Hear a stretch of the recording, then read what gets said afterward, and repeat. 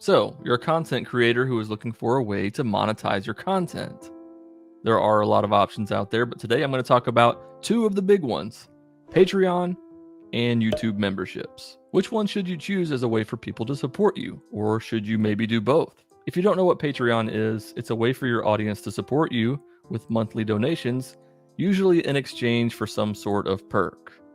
But it doesn't always have to be in exchange for something. Some people use Patreon as a virtual tip jar where people can just support your work or whatever you're doing online. If you want to start a Patreon as a way for people to support you, some of the things you can offer in exchange for the monthly donations are bonus content, such as extra podcasts, extra downloads, early content, behind the scenes access to some of the stuff you're working on, a private Discord server for patrons, exclusive merch that is only available to your patrons, different types of physical products. Sometimes creators will send out postcards and things like that to their patrons.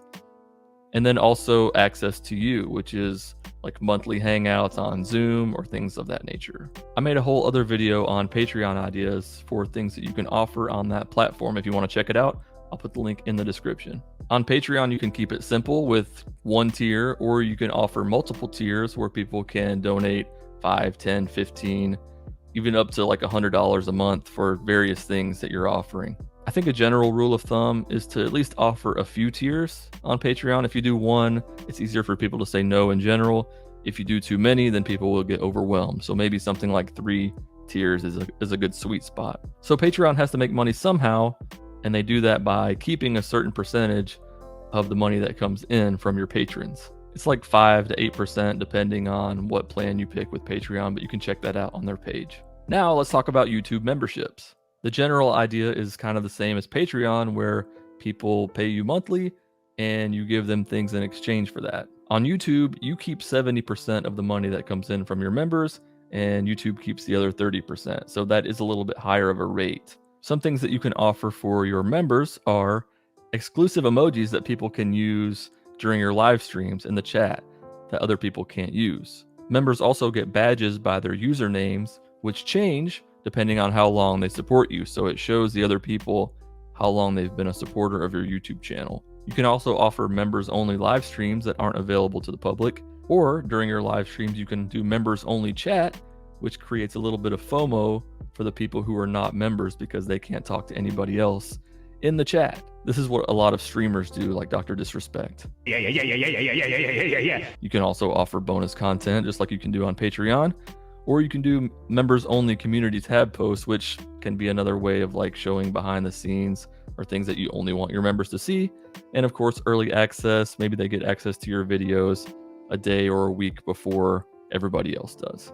So the obvious difference between Patreon and YouTube memberships is that YouTube memberships are only going to be available for the people who actually consume your content on YouTube. If you have Instagram followers, but they never come to YouTube, they're not going to join your YouTube membership. So if YouTube is the only platform that you're on, or the only one that you really care about, then YouTube memberships make a ton of sense. If you're on a lot of different platforms like Twitter, Instagram, things like that, then Patreon might make more sense. That's how I got started. I was on Instagram for several months before I ever started a YouTube channel, and I got my following up to over 5,000 people on Instagram, and I decided to start a Patreon for people to be able to support me in that way. Then eventually I started a YouTube channel, and I was live streaming a lot, and once I got monetized, I was like, it'd be pretty cool to offer memberships to people who are here during my live streams every single week, to give them badges and emojis and stuff.